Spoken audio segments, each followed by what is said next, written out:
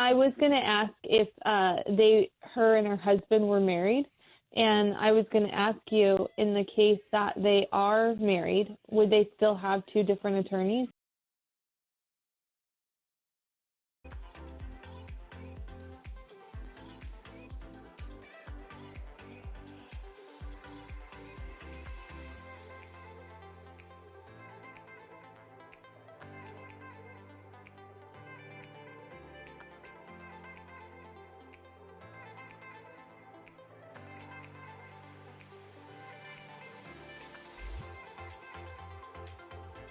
Absolutely.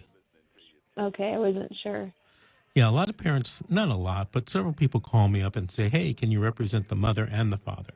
No, can't do that. There's a conflict of interest. Generally, there's a conflict, and there's definitely, a potential conflict. Now, in rare occasions, I have seen attorneys represent both parents.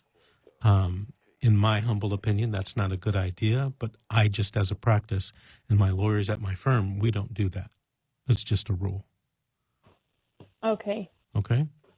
Let's take another call. Candy from Central California. Candy, did you have a story to tell or a question to ask? Yes, I do. My family, my daughter they took away her rights. So I'd like to know, as a grandparent, and the judge does not seem, are you still there, Vincent? I'm listening, Candy. Oh, I'm sorry, the judge seems to throw me out under the bus every time. I think it is because that I fought not that I fought, but I stood up for my children, like CPS workers and the social worker. I don't know. My heart's beating so fast. Well, wait. Are you the mother of the children, or the grandmother, or aunt? I'm the grandmother, the maternal grandmother. Okay. I have fought for all of my grandchildren. I have 3 of the girls with me. I've been given guardianship.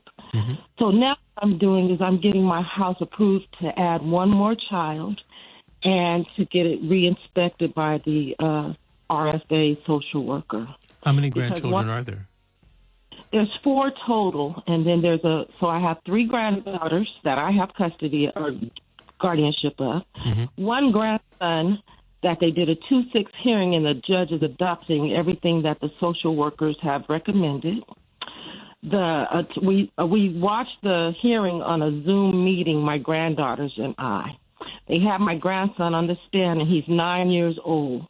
The mother's attorney asked him these eggshell questions, and they asked him if he knew what adoption meant. My grandson is under medication.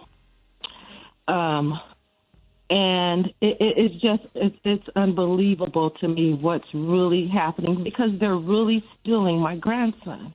And to say I have no rights, and one of their reasons was because, again, I didn't have enough room in my home. Another one was because of some insinuation that I was abusive to him. And then another one was that it would be overwhelming. So all these reasons. And I asked the social worker who lied on the stand, I asked her, I said, how can you give me 3 granddaughters and you have an accusation that I was abusive to my grandson? What did the social worker say? Oh, it's just procedures. That's how they had to word it in order to get it. It was BS what she said. Right. But, what can I do? Well, if you already have 3 of the children and about to get a 4th, I'm going to be hard-pressed to give you an explanation as to why the social worker wouldn't give you the boy. Now, there are a lot of things come to my mind, some legal, some not legal. But, if you have 3 of the children, it just seems they just have to give you the 4th. That seems this, in my opinion, and I'm not always right, but in my opinion, that's the spirit of the law. Right. Well, the United States Supreme Court said in a famous case that the family is the fabric of our society. And in other words, we have to do everything to keep the family together. And in a lot of these cases, I see that not happening for various reasons. And sometimes they are legitimate reasons. Sometimes they're not. A lot of times they're not. Or at least people aren't sharing with me the real reasons why, for example, they won't give your grandson back to you. There are things that you can do. If you filed paperwork to get your grandchild and if it was denied, you can appeal that to a higher court. You can appeal it to the Court of Appeals. You can appeal that, if you still lose, to the California Supreme Court.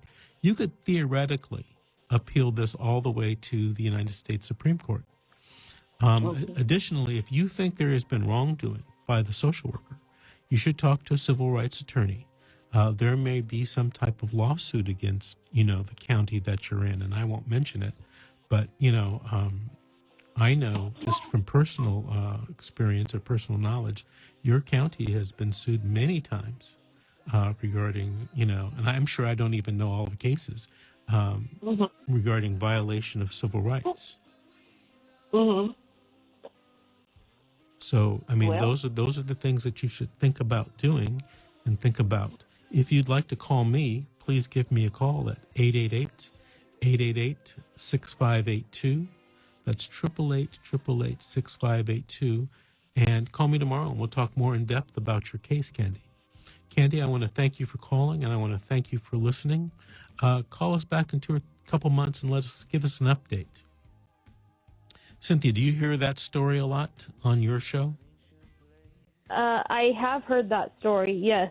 And I have a question for you. You said that you had a couple different reasons why you wouldn't place the boy with the girls. Can I ask why? Well, if I said that, that was a mistake. I said there may be reasons that right. I don't know about. Oh, okay. I thought you said that you had a couple of reasons. If I said that, I misspoke. Okay. If they weren't giving this child to the grandmother, I hope there's a legitimate reason, and maybe somebody can explain it to the grandmother. But she said she had 3 of the children, and that she's about to get a 4th one. Yep. But you won't give her the boy, the grandson. That is the type of thing that I don't understand. Right. And I've heard a very similar story where the grandmother has custody or guardianship, whatever the word is, fostering some of the grandkids of the same parents, but 2 of the other grandkids of the same parents are in the foster system. Right. So I hear stuff like this all the time. It doesn't make any sense to me. The only thing I can think of is social engineering by the social worker or the social services. That's the only thing I think of. If there's a legitimate reason, these people should be told why you can take 3 or 4 of the children, but you can't have the 5th one. Well, it's the same thing as to why they would allow a parent to have one child, but not another one. Right. No, it's the same logic. I used to have, many years ago, almost 30 years ago, I used to do court-appointed work. And I was assigned to a courtroom for many of those years to a judicial officer that used to say, if they're not a danger to one child, then they're not a danger to all of the children. In about 99.9% of the scenarios, that would hold true in my mind, just using common sense. But, how could you give someone, 1 or 2 children and say, oh, you can't have the 3rd or 4th? What is that about? Right. I just don't see it. Cynthia, we have to take another break and pay some bills. We'll be back with more calls, more questions. This is The Secret, How to Fight CPS and Win.